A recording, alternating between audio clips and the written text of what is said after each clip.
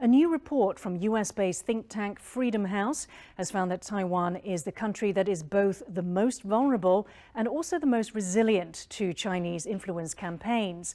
The report, entitled Beijing's Global Media Influence, examined the Chinese government's media footprint across 30 countries.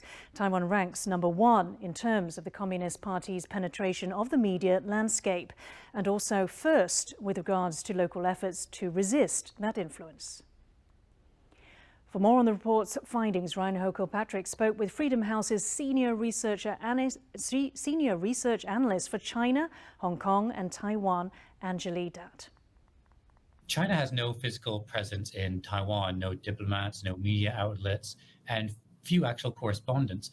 But your report paints a picture of pervasive, if hidden, influence from Beijing.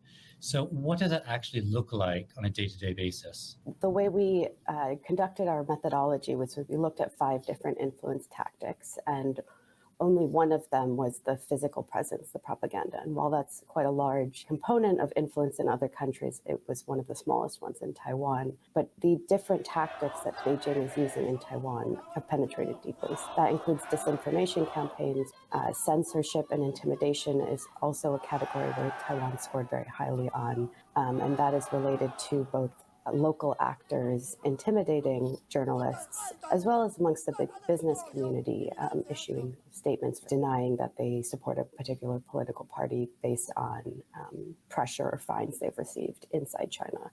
Taiwan is at the top of the table for Beijing's influence efforts, but it scores even higher than that when it comes to local resilience and response. So what are some of the ways that Taiwanese media, civil society, and government are responding and pushing back against this?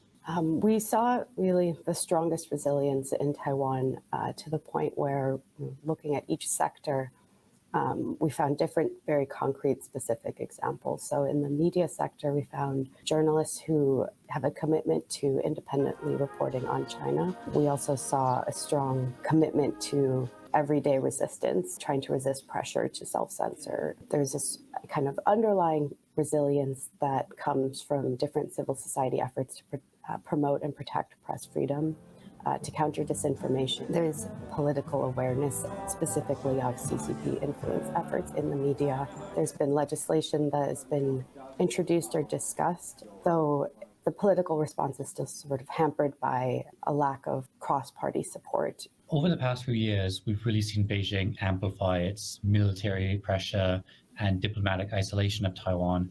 And there's often a perception that Beijing has almost given up on winning hearts and minds here. But you actually found that over the past few years, particularly over the course of the pandemic, Beijing has actually been stepping up its media influence efforts as well.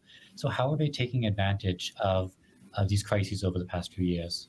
The effort is to try and sow discord in local society, or in the case of Taiwan, to sow discord and unhappiness towards the policies and response of the Taiwanese government to the pandemic. So while in some countries there's more of a focus on positive propaganda, in Taiwan the effort seems to be more to create confusion and political divides and social divides.